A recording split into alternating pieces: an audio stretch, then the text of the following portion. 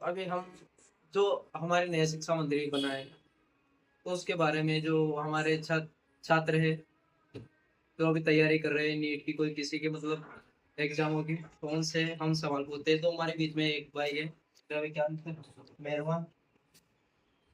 तो भाई आपका क्या कहना है हमारे नए शिक्षा मंत्री के बारे में? देखो, शिक्षा मंत्री जो अपनी भ्रष्ट सरकार है बीजेपी।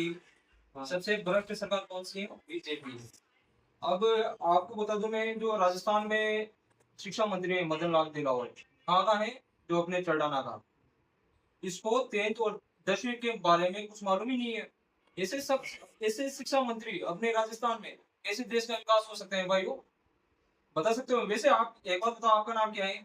मेरा नाम कृष्ण मुरारी। कृष्ण मुरारी, बेंगा से, ठीक है। हाँ। अब आप बताओ, आप काय की तैयारी कर रहे हो? मैं कर रहा हूँ लॉ की तैयारी। आप बताओ, आप कौन सी तैयारी कर रहे हो? आप एक स्टूडेंट रह चुके हो, ठीक है। हाँ। हाँ, मैं भी स्टूडेंट हूँ। अब आप बताओ, जिस इंसान को 10वीं और 10th के बारे में मालूम ही ना हो, सही वो है। कौन सा शिक्षा मंत्री है? नहीं, वो शिक्षा मंत्री अभी के लायक ही नहीं है, उसमें जब शिक्षा ही नहीं है। नहीं, अभी जो जंतर मंतर में हुआ, प्रोटेस्ट हुआ।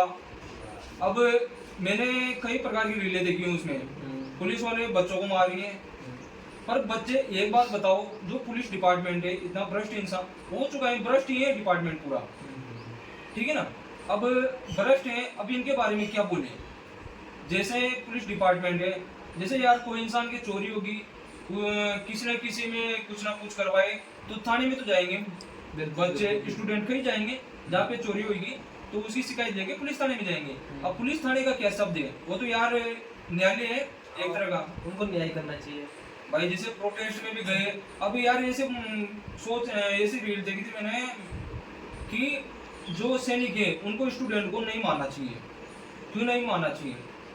जब यार कोई पुलिस वाले कर्मी सैनिक अपने को मार रहे हैं, ये तो गलत है ना। अपन किसी के पुत्र नहीं है क्या?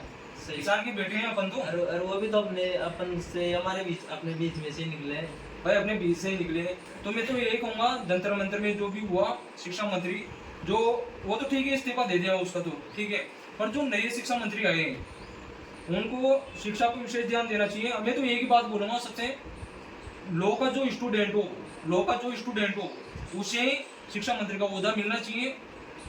क्योंकि लॉ का स्टूडेंट वो इंसान होता है क्योंकि उसमें संविधान, सारे मौलिक अधिकार, सब कुछ पता होता है। ये नेता वगैरह भी इनको पता नहीं रहता।